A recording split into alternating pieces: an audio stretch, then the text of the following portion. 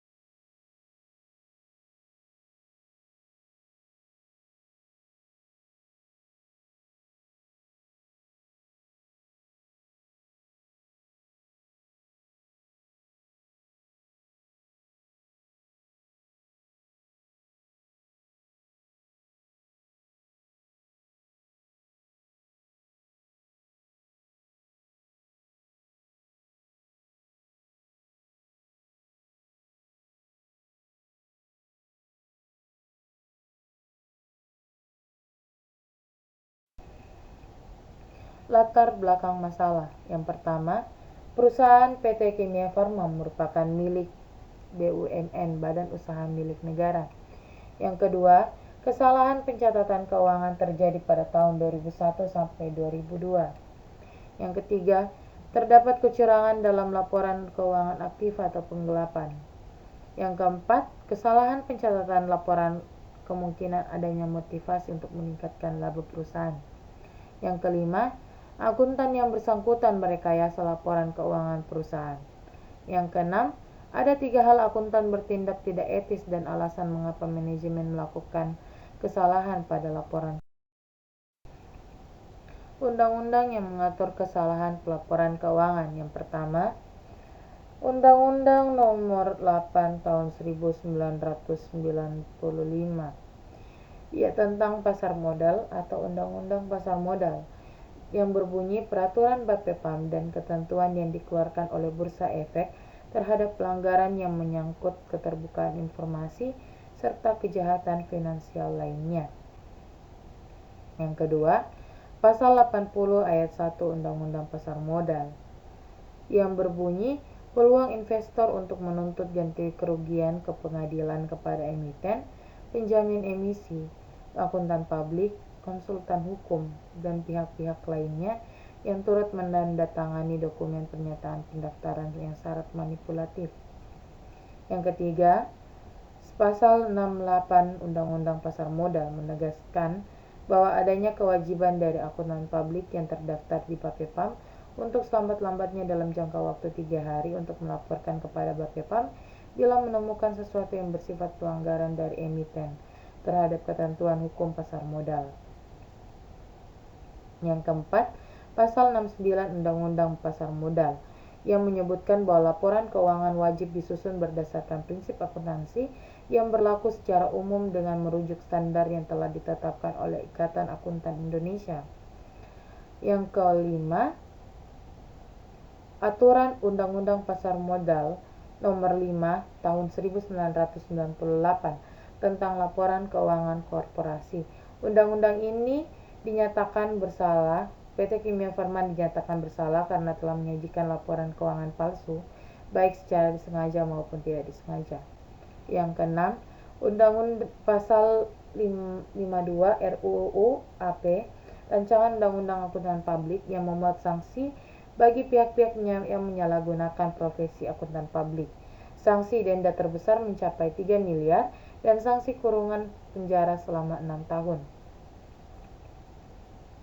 Pasal 646 RUU AP memberikan konsekuensi pidana untuk waktu maksimum 6 tahun dan denda penjara dan denda maksimum 6 tahun 300 juta bagi akuntan publik yang terbukti melakukan audit yang tidak sesuai dengan SPPAP yang memalsukan dokumen.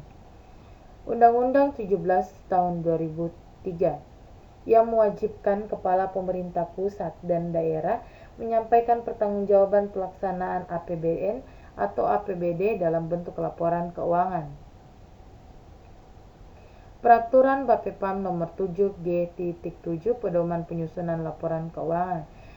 Pedoman ini diterbitkan dalam bentuk surat edaran Ketua Bapepam. Diharapkan dengan surat ini, maka emiten atau perusahaan publik dalam menggunakan pedoman ini tidak hanya berpedoman pada informasi minimal yang wajib diungkapkan dalam pedoman tersebut, namun mempunyai kesadaran untuk menyajikan laporan yang lebih informatif. Pasal 1365 KUHP, Undang-Undang Sarbanes-Oxley Act 2002. Undang-undang ini dikenal sebagai respon terhadap berbagai skandal korporasi yang melibatkan kerjasama yang mulus antara manajemen dan perusahaan dengan akuntan publik untuk memperoleh keuntungan sebesar-besarnya. Penyimpangan kode etik. Yang pertama, integritas. Kita bisa lihat pada P111.1 yang berbunyi, akuntan harus mematuhi prinsip integritas yang mensyaratkan akuntan untuk bersikap lugas dan jujur dalam semua hubungan profesional dan bisnis. 2. Penyimpangan kode etik objektivitas. Kita bisa lihat pada P112.1 yang berbunyi, akuntan harus mematuhi prinsip objektivitas yang mensyaratkan akuntan tidak mengompromikan pertimbangan profesional atau bisnis karena adanya bias benturan kepentingan atau pengaruh yang tidak semestinya dari pihak lain.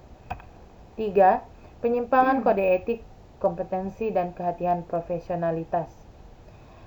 Dalam hal ini kita bisa lihat pada P113.1 yang berbunyi, akuntan harus patuh terhadap prinsip kompetensi dan kehati-hatian yang mensyaratkan akuntan untuk 1. Mencapai dan mempertahankan pengetahuan serta keahlian profesional pada level yang disyaratkan untuk memastikan bahwa klien atau organisasi tempatnya bekerja memperoleh jasa profesional.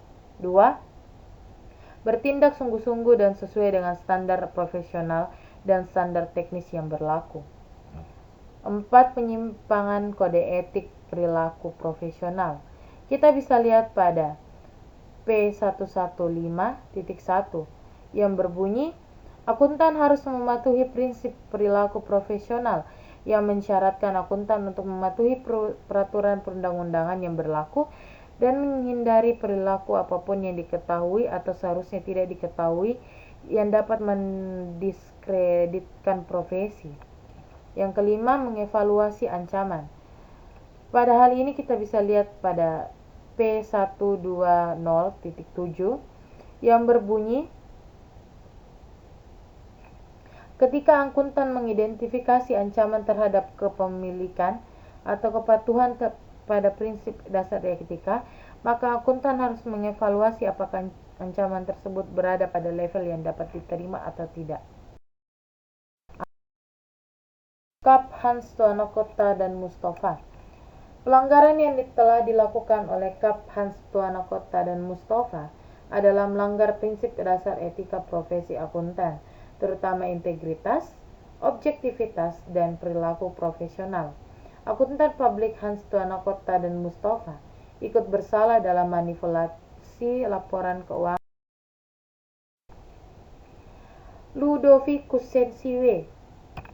Saudara Ludovicus Sensiwe, rekan Kap Hans Tuanakota dan Mustafa, selaku auditor dari PT Kimia Farma Terbuka, diwajibkan membayar denda sejumlah 100 juta rupiah untuk disetor ke kas negara. Demikian hasil presentasi saya. Saya ucapkan banyak terima kasih dan mohon maaf bila terdapat kesalahan. Undur kata, Shalom.